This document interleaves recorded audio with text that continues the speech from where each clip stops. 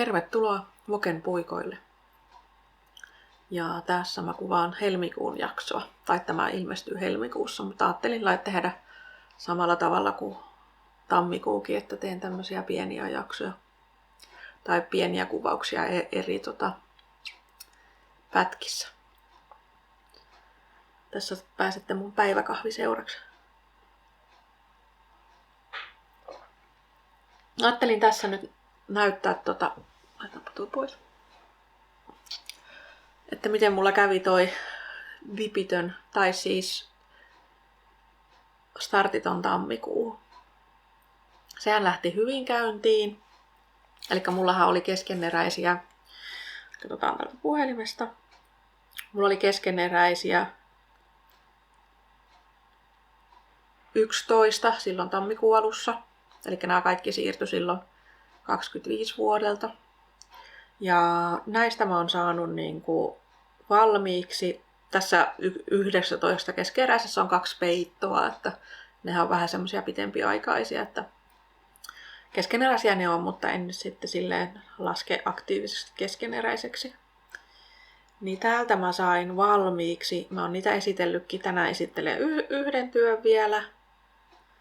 Niin sain valmiiksi 1, 2,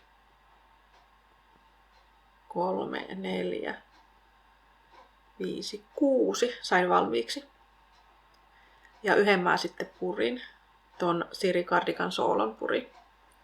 Koska mulle tuli testineule tähän tammikuulle, eli siihen sitten meni ehkä tää startiton tammikuu, en tiedä lasketaanko testineule. Sehän oli vähän se neulojan vuosikerta, että vähän niin kuin voi soveltaa omilla säännöillä, mutta en ole muita aloittanut kuin tämän testineuleen. Elikkä viimeksi näytinkin, niin testineulonnan tuli tää Anni Jutiknitsin tää Hidden Grace Cardigan. Ja mulla se on tässä vaiheessa jo. Tästä ei nyt kauheasti näy. Mutta tämmönen neuletakki. Eli on tehnyt hihat. Tähän tulee palmikkoa myös hihoihin. Ja sitten tähän eteen vielä tulee noin nappilistat. Ei varmaan kauheasti näy. Pitääpä ottaa tästä sitten hyvät kuvat. Niin tätä mä oon neulonut nyt. Eli mä oon testineulonnan saavuttanut, eli siihen piti toinen hihaneuloa ja sitten kainaloitteen asti, mutta tähän nyt tulee vielä 10 senttiä helmaa ja sitten vielä nappilistat ja sitten on valmis. Niin tätä mä oon neulonut. Elikkä mä otan sukat jalasta. Elikkä sain valmiiksi nämä, mitä mä testineuloin silloin viime keväänä tähän Anna Tanskasen kirjaan. Niin täältä testineuloin tämmöset Birgitte Socks. Niin sain nyt tehtyä toisen pari. On mulla jalassa. Näistä pitäisi ottaa valokuvia, mutta tässä on ton Ruskanlehden PFL-sokkia. Ei kauheasti näy, mutta tässä on siis tämmönen palmikko. Ja toinenkin on jalassa sukka. Niin tällaiset sain niistä keskeneräisistä. Eli sit mulla on kesken vielä tammikuisista, niin ne tekin ne 2 peitot. Eli se Granny Striped ja sitten Ravet Strove. Niitä mä en ole nyt edistänyt ollenkaan tammikuussa. Ja sitten mulla on keskeneräisinä vielä toi tahtisukat, mitä mä oon vähän edistänyt. Eli tässä on se ensimmäinen sukka vielä.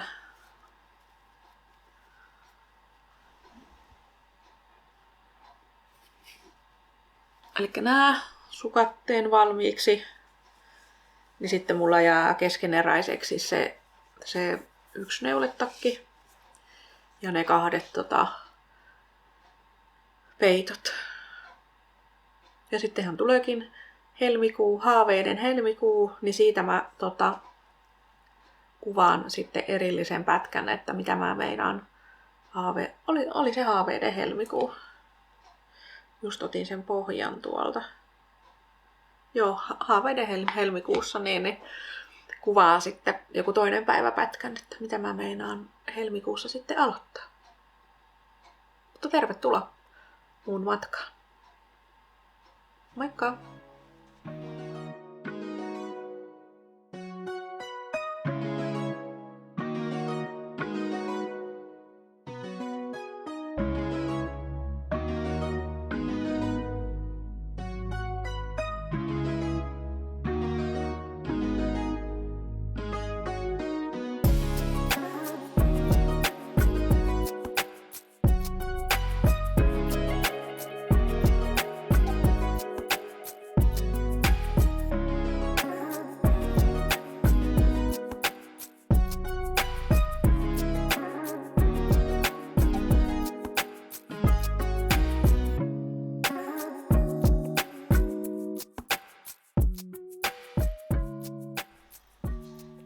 Moikka! Ajattelin tässä kahvinjuoni ohessani tulla teille kertomaan siitä haaveiden helmikuusta, mikä on tuon Lankavihma Sandran, onko se neulojan vuosi kerrassa tässä helmikuussa. Ja että mitä mä meinaan helmikuussa aloittaa. Haaveitahan on mulla vaikka kuinka monta. Mutta mitä helmikuussa meinaan aloittaa, niin käydään niitä läpi. Mä täällä avan Ravelryn vielä tänne. Mitäs teillä? Meinaatteko haaveiden helmikuussa aloittaa jotakin neulehaavetta? Mullahan on ollut varmaan pari vuotta haaveissa, että tekisin tuosta Alafoslopista semmoisen pitemmän takin, mitä voisi käyttää niin kuin ihan takin asemasta. Ja mulla valikoituu tää Pakkaslilja. Tämmönen neuloosiskojen ohje. Tämähän on tämmönen lyhyempi, mutta ajattelin tehdä vähän pitemmän. Ja Alafoslopista. Ja mulla on ollut vuoden jo mun langat ostettuna. Ja ajattelin ne sitten esitellä. En ole ikinä Alafoslopista neulonut, että katsotaan sitten miten mun ranteet kestää ja sormet. Että mulla LED-lopista meinaa vähän aueta mun sormet. Elikkä tämmönen setti. Elikkä tämä on se pääväri, mitä tulee sinne alhaallekin. Tämä väri on 0709. Elikkä tää on tämmönen yön sininen. Mä en tiedä mikä tämän väri on nimi oikeastaan. Ja sitten liljat tulee sitten tällä värillä. Tää on 0163 ja sitten tätä tulee sinne kanssa. 1240 ja sitten tässä on nuo lehdet, niin sitten tulee tällä värillä. Ja tää vihreä on 1231. Niin tämmöisellä setillä ajattelin tuon Pakkasliljan laittaa puikoille tässä pikimmiten. Ajattelin kyllä tässä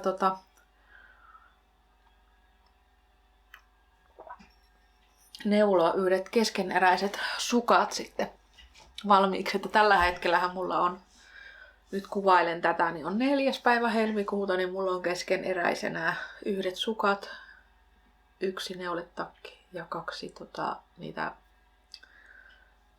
peittoa. Eli mä sain sen Anni Jutiknitsin testineuleen, mikä viimekin näytin, niin sain sen eilen valmiiksi. Se on tuolla nyt viimeistelyssä, eli on vielä kosteena, että on kastellut sen ja blokannut. Ja sitten siihen pitäisi laittaa vielä napit, niin ajattelin näyttää vielä sit seuraavassa tämmöisessä videossa, että kuvaan vielä yhden videon tähän helmikuulle ja sitten julkaisen tämän.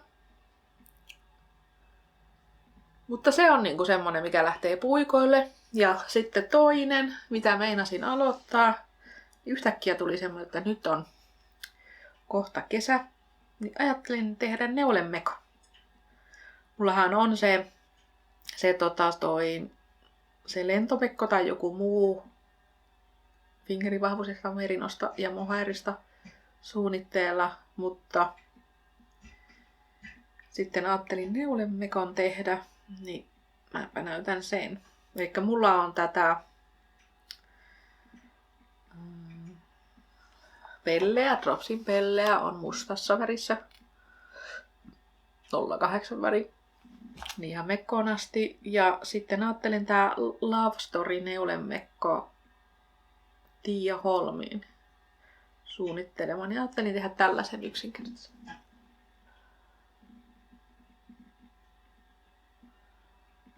Niin tämä sitten puikoille kanssa. Tää on muuten toukokuussa viime vuonna ilmestynyt tää ohje. Näitähän on tän Tiia Holmilla on näitä Love Story, niin muitakin on hame erikseen ja toppi erikseen ja mekko erikseen. Mutta ajattelin, että tuon voisin tehdä. Että mulla on ainakin tää pelle, kun mä oon tehnyt tästä niinku toppia, niin ne on sitten levähtänyt kauheasti. Eli varmaan ehkä täytyy ottaa siinä, vaikka tiheys on täsmännyt, niin ottaa koossa huomioon, että se vähän levähtää. Eli tehdä vähän pienempi koko, mitä niin olisi muuten. Toki en ole tossa katsonut niitä ohjeistuksia, väljyyttä ynnä muuta, että voi olla, että tuossa on sitä negatiivista väljyyttä, niin sitten toki on eri, mutta niin kuin tein sen kutovakikan, sen jonkun Loves, mikähän se oli, mitä on kans tehty tosi paljon, niin tein silloin siitä valkoisesta pellestä, en tiedä muistatteko, niin se on kyllä penähtänyt niin tätä alhaalta, että en viime kesänä tainnut sitä Love Letter toppi, tämä Veronika Lindbergin, niin tämä alku oli tosi hyvä. Tämmönen valkoinen toppi. Mutta nyt se on tuolta helmasta niin levähtänyt, että pitäisi purkaa ja tehdä yksi koko pienempi. Ja ajattelin tuossa mekossa nyt ottaa huomioon tuo pelle. Mutta joillakin vissiin tuo pelle on ihan moitteettomasti toimii. Mutta laittakaa viestiä, että onko jollain muullakin käynyt niin, että se on vähän niin kuin löystynyt tai levahtanut se. Että mulla ainakin on. Ja jonkun toisenkin topin mä siitä neuloin, niin sekin tuli semmonen vähän semmonen löysähkö. Sen mä oon purkanut kyllä jo, että ei ole enää mulla. Niin ajattelin kokeilla, että miten toimii. Niin nuo on semmosia mun neulehaaveita tällä hetkellä. Onhan mulla paljon muitakin, mitä mä haluaisin. Esimerkiksi kirjoneulepaidan, mikä on kokonaan kirjoneuletta. Sitten se jonkun neulemekon, se on mun haave. Sitten mä haluaisin oppia uusia tekniikoita. Mä en ole ikinä tehnyt intarsiaa. Niin sekin on mun neulehaave tietyllä tavalla. Että semmoistakin mä voisin jossain vaiheessa kokeilla. Jos teillä on jotakin kivaa intarsia mallia, mitä olette tehneet, niin laittakaa tonne lisätietoihin. Mulle vähän inspiraatioksi, että varmaan jollain vähän pienemmällä aloitan, että en varmaan neulepaitaa ensimmäiseksi tekisi. Ja sittenhän mulla on haaveena myös ottaa neuleaiheinen tatuointi. En tiedä, 50 villitykset tässä kohti vissiin alkaa vähän etuajas ja olen tässä miettinyt sitten sellaista. Niin jossain vaiheessa en nyt tiedä, tapahtuuko tänä vuonna vai mikä vuosi, niin haluaisin ensimmäisen tatuoinnin ottaa. Ja mitäs muita neulehaaveita olisi? Sitten mä oon miettinyt myös jonkun hameen neulomista. Joku kesähameen. No miksei talvikin hameen, mutta varmaan kesähameen neulomista. Sekin voisi olla haave. Mutta semmosia haaveita mulle tulee nyt mieleen. Mutta kuvaan varmaan vielä yhden jakson. Ainakin näytän sen testineule villatakin valmiina. Ja jos mä jotain muutakin saan valmiiksi, niin näytän vielä semmoisen ja sitten koostaan tästä semmoisen yhtenäisen videon. Mutta nähdäänpä taas. Moikka!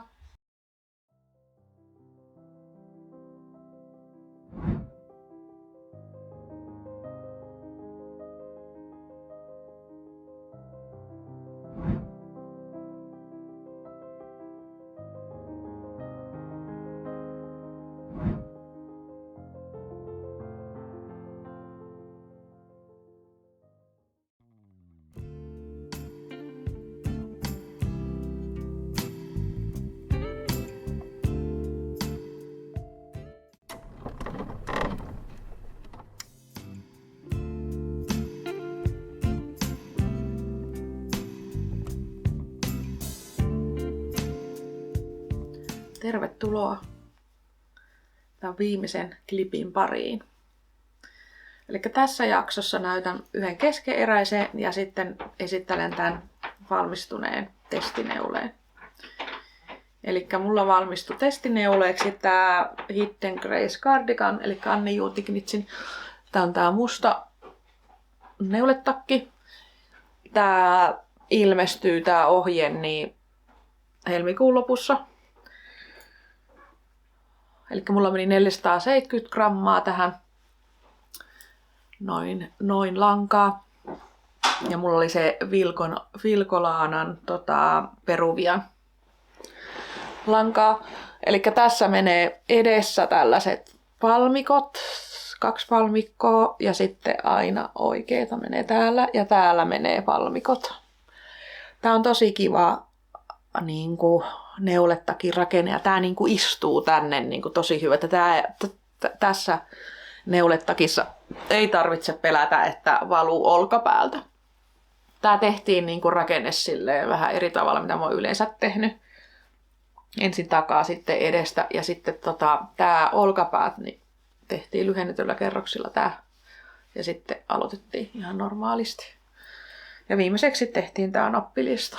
Suosittelen kyllä tätä ohjetta, että tätä oli kyllä tosi hyvin kirjoitettu ja tätä oli tosi kiva neuloa. Tuonne on varmaan alkuun ollutkin kuvia, että mulla on se niin kuin tähän asti korkeavyötäröisten housuja ja mekkojen kanssa. Mä ajattelin tätä pitää ja vähän ajattelin semmoiseksi vähän niin kuin jakkumaiseksi. Eli tommoseksi vähän lyhkäisemmäksi.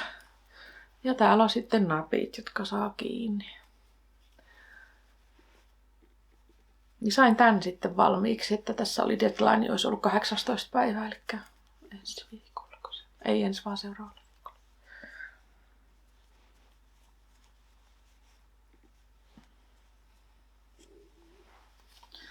Ja sitten italialaisella päättelyllä tehtiin nämä.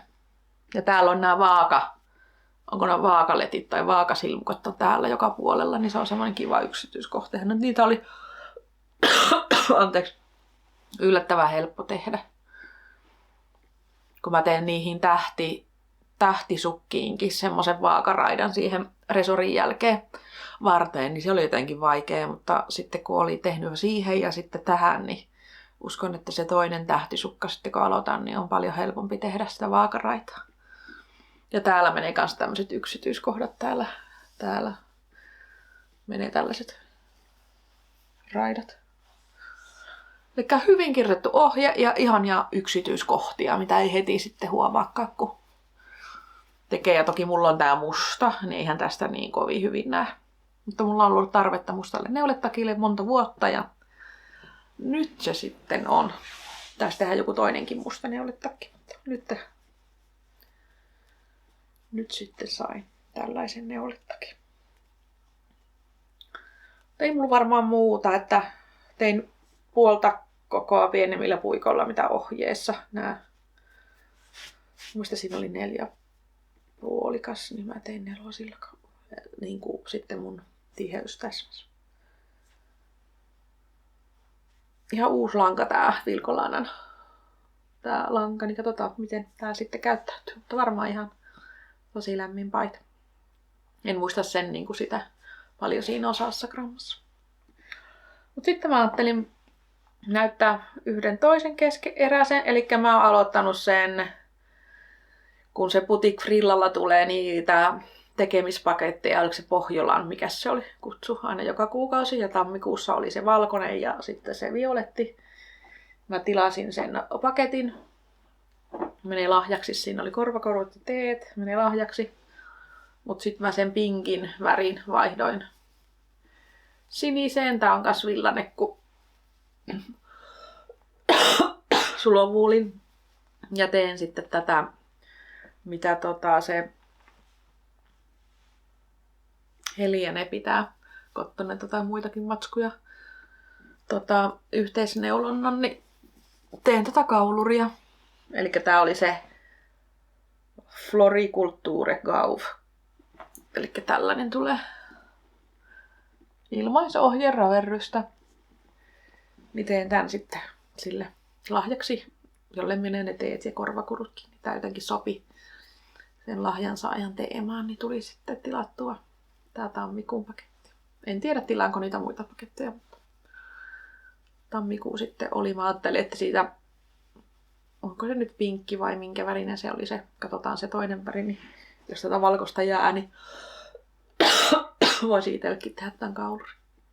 Tein vähän kaulurista yksi malli kerta pienemmän, koska mulla on vähän se ongelma aina kaulureissa ollut, että ne on ollut aina liian niin kuin kaulasta niin liian leveitä, niin ajattelin, että tämä voisi olla sitten sopivan kokoinen. Eli olisiko se 20 silmukkaa pienempi vai 10 silmukkaa. Mutta täältä näyttää. Tää tulee tosi nopeasti. Kivaa kirjoneuletta. Tosi helppoa. Niin tää oli se tammikuu yhteisneulonta ja nythän helmikuussa oli se. Anteeksi. Mulla on kauhean yskä ja vähän flunssa, niin harmittaa, kun ei pääse lenkeille. Että taitaa tulla sitten neulomisviikonloppu tänä viikonloppuna. Tai jo viikon teetettänyt tätä flunssaa. Nyt se on sitten iskenyt, niin kuin äänestäkin varmaan kuulette. Niin, katon olympialaisia ja neuloskeleita varmaan rauhallisella kävelyllä käy, mutta muuten ei pysty kyllä.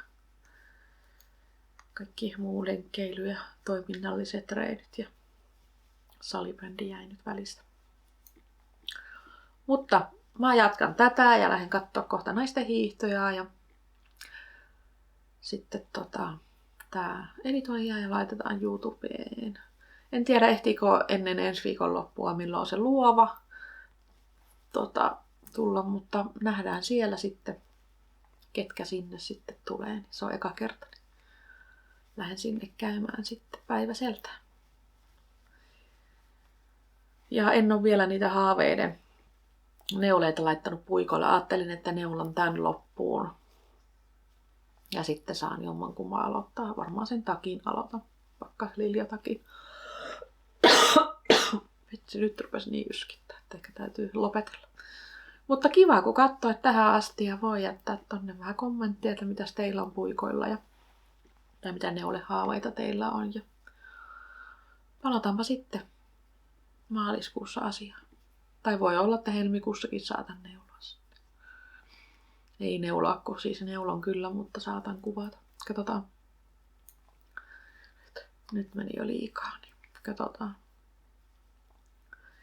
Miten intaudun kuvailemaan. Mutta ihanaa helmikuuta. Helmikuu on kiva kuukausi, kun ystävänpäivä ja sitten ulkona on jo vähän valostunut, että töiden jälkeen ei tarvitse enää pitkiä käyttää autossa. Se on merkki, että kyllä se ehkä kevät koittaa. Sitten on mun synttärikuukausi ja sitten tää neulepodcastikin täyttää. Täyttääköhän tää nyt 5 vuotta. Että tämmöisiä kaikenlaisia merkkipäiviä on tässä helmikuussa tulossa. Mutta voikaa hyvin ja neulokaa ja levätkää. Moikka!